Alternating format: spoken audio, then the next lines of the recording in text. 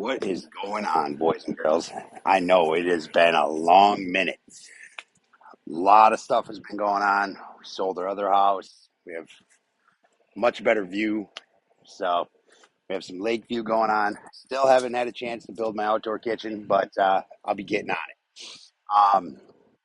Now I've had a lot of questions about the Cook Shack, and I had gotten it just before all hell broke loose. Everything got hectic. Everything got crazy. Holidays and moving and all this other stuff.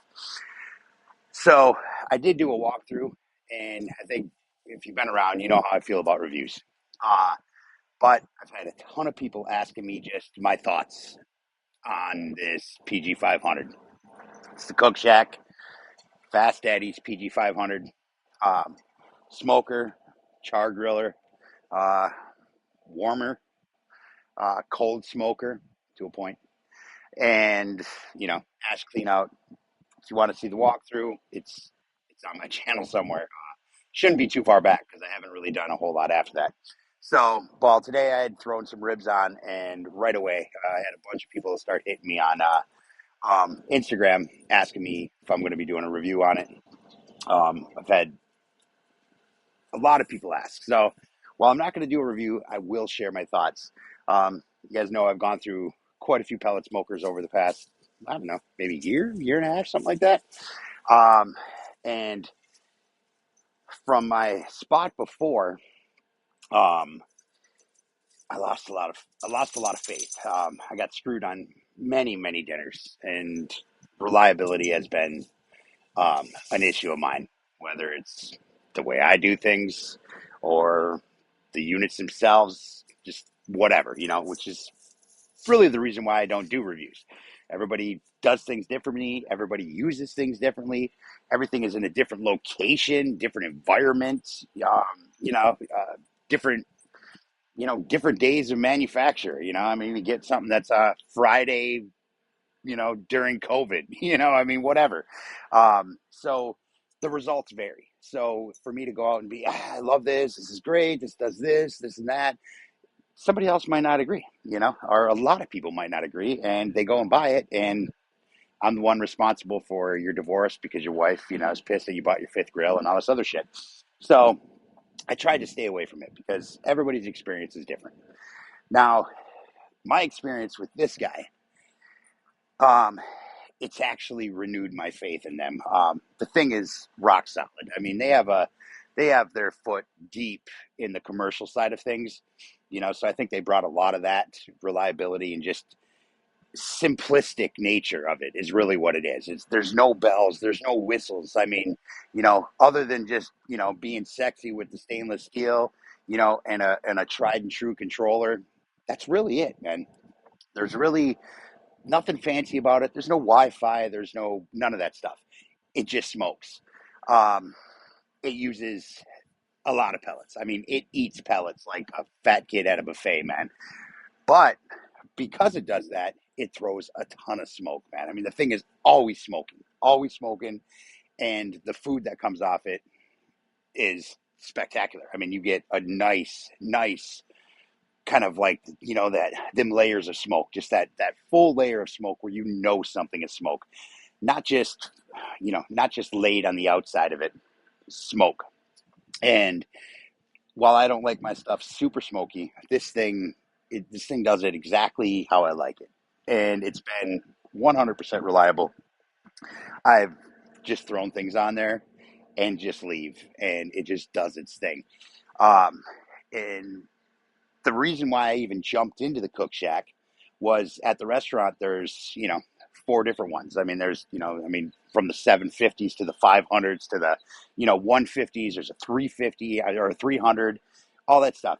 And just seeing how them things cooked and how they just ran. I mean, just 24/7, them things are just rolling and cooking meat and just zero issues. So that's what made me want to even just snag one for the house. And the reason why I went with the PG500 and not one of the cabinet styles or one of the larger ones is because I don't like the one trick pony kind of stuff. I like something that's kind of has a few other tricks. And the char griller on this thing is stellar, man. Now, by having the char griller, you do lose some real estate on the smoking side of things. But for me, family of four, it's me, my wife, the two kids, and my daughter's vegan, so she doesn't even eat meat anyway. So there's really three of us. And it's plenty for me. I could do a brisket. I could do a few racks of ribs. I could cook anything I want. I'm not cooking massive volumes. So for me, it's perfect. Now, for some, they might feel like, it's just not enough room.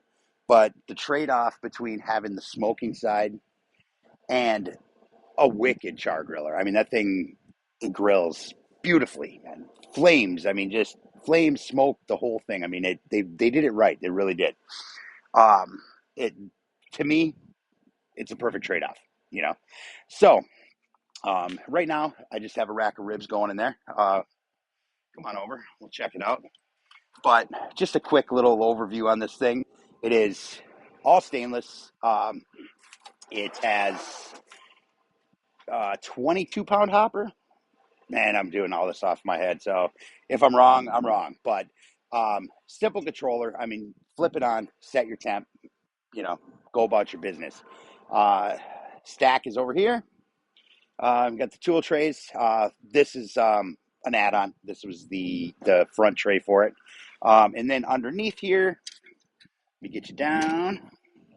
We have the warming drawer, which is right here. And you can actually cold smoke in that too. You put like a pan of ice in there. You can throw some cheese in there, whatever the hell you want to do. But this typically runs around 100 degrees lower than what the upper is running. So if you're running at 250 up top, you're running at 150 down. I mean, that's not, right there, but it's pretty damn close. And then this here is just ash clean out, which I have absolutely been neglecting. I better do something about that. But this is the first time she's been started up in oh man, a good month and a half, something like that. So over here we have, like I said, simple controller, and this right here is the pellet dump in case you want to swap out your pellets. So that's pretty much the walkthrough on it. I mean, like I said, there is another walkthrough, a little bit more detail, all that other good stuff. But this is what we got going on. Let me slide this over. I got my, right here, I have my rib bath. So I pull them out every once in a while, dunk them in this guy right here, toss them back on, just give them a little dunky dunk. So here's my ribs. As you can see, they've been on about an hour and a half. Got some beautiful color, man. I mean, just beautiful color. Let me see if I can't snag one of these guys up. Check this out. Super, super nice, man. And I mean, that's really it. And that's kind of what I think is setting it apart, is just the simplicity, honestly. There's not much that can go wrong. Um, I haven't had any drops. I haven't had any, auger back burns. I haven't had any, you know, clogs. I mean, nothing. I mean, the thing just, once you set the temp, it stays at the temp and it does what it's supposed to do. And that's what I need. So when I want to play, I'll use the oven. I'll fire up the Santa Maria. I was going to order, I found a Cattleman's, I believe it's called. It's a restaurant grade. It was a quarter-inch stainless steel offset with propane assist log lighter. I was going to get it. Figured, all right, I'm going to go all stainless, build everything in. It's going to be great. But then the more I thought about it, I think what I'm going to do, since I'm building the whole outdoor kitchen out of stone, is I'm actually going to build a split-faced block offset smoker out of, straight up block. I'll get some nice stainless doors. I'll make stainless doors for it and a stainless door for the firebox, and utilize the natural insulation of the block themselves. Line the firebox, of course, with fire brick also. But and then that way I can have it just built right in and kind of integrated into the thing. I think that would be cool. So that's what I'm going to do with for my offset. I'm not going to pull any of the other stuff out. Not sure, I don't know. That's just my plan so far. But that's what I want to do. I'm not even going to buy another one. So, um, as for this thing, I mean, it's great. I mean, you got to figure. I mean, people are like, "Oh, it's too expensive. It's too expensive." But if you say, all right, let's say what's a Traeger run? I don't know. They're like 1,300, something like that. For a decent size one, one of the newer ones, the D2s and all that other good stuff. Yoders. I mean, those things run for what 24 or something like that on a cart.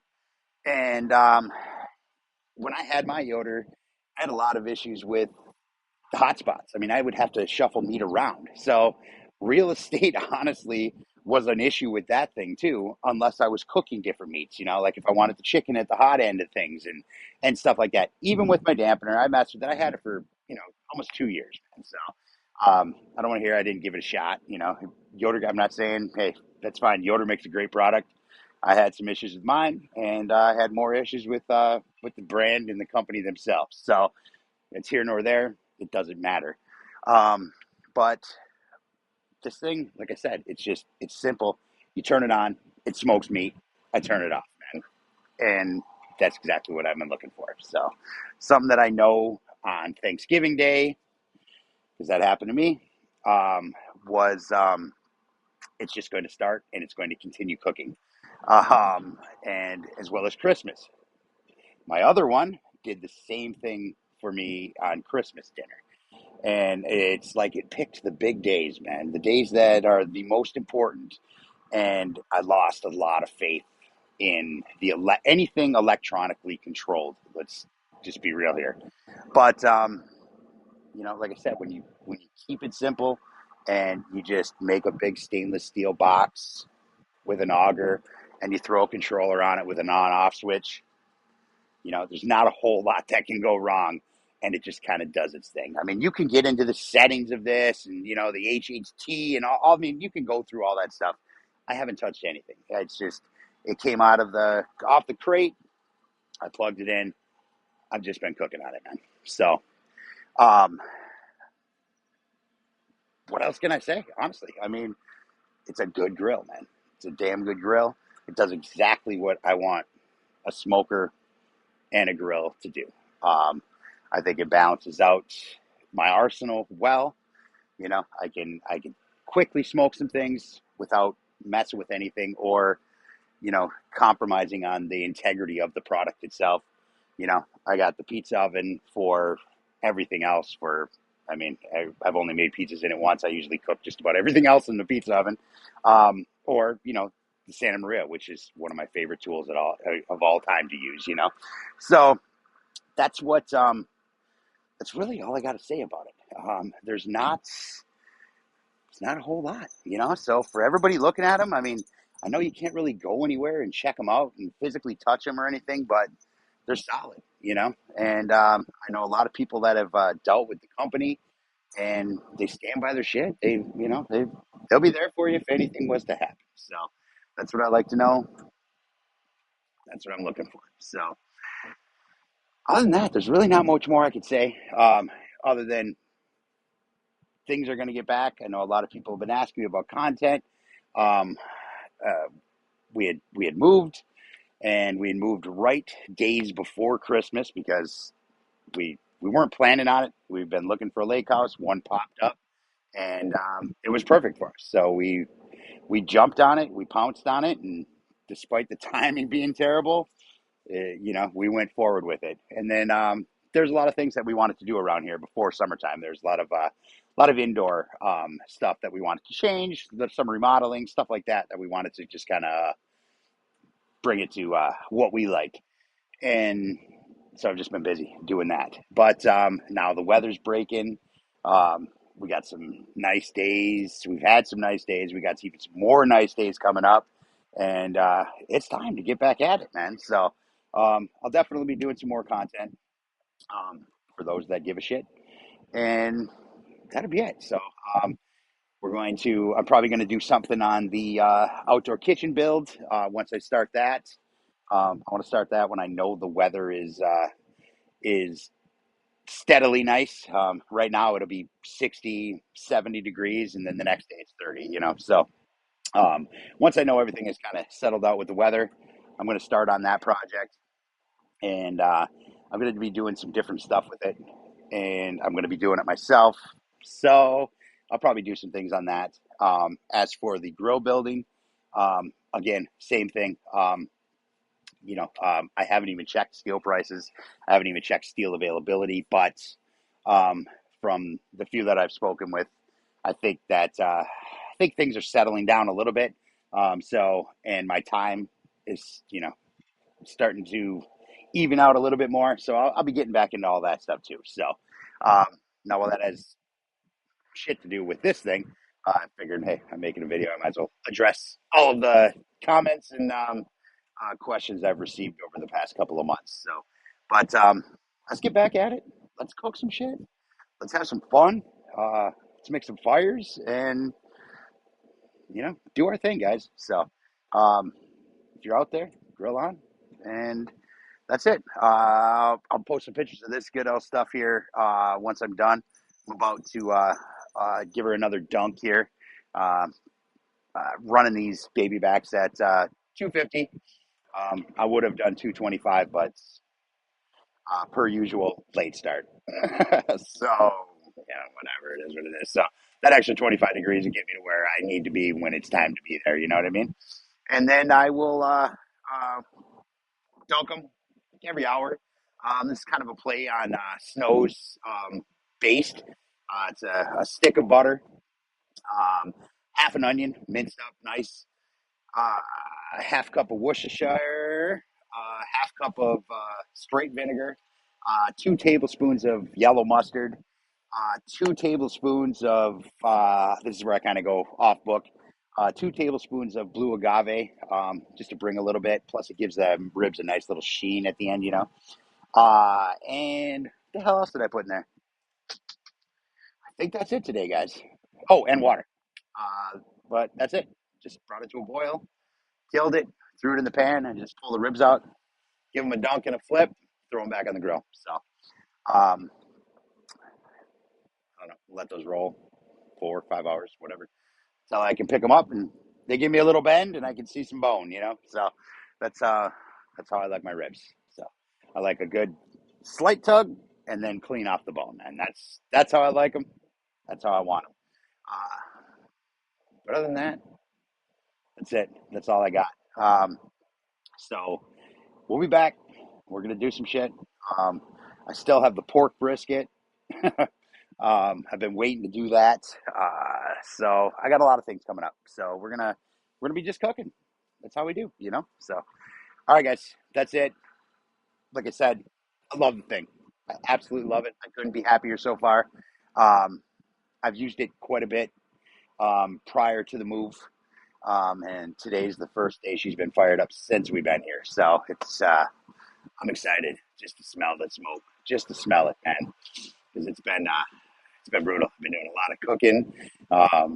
This house actually has no gas service anywhere near it.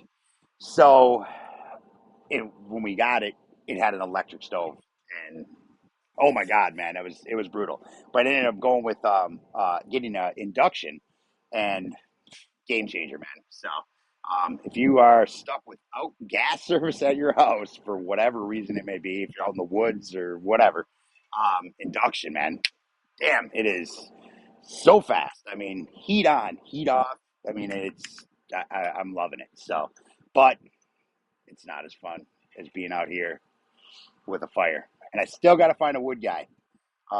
My previous wood guy does not come out to where I am.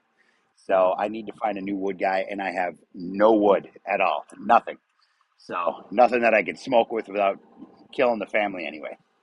So I got to be on the hunt for that and get some wood here so I can light up the big boy toys. So, but all right. Other than that, that's it. That's all I got.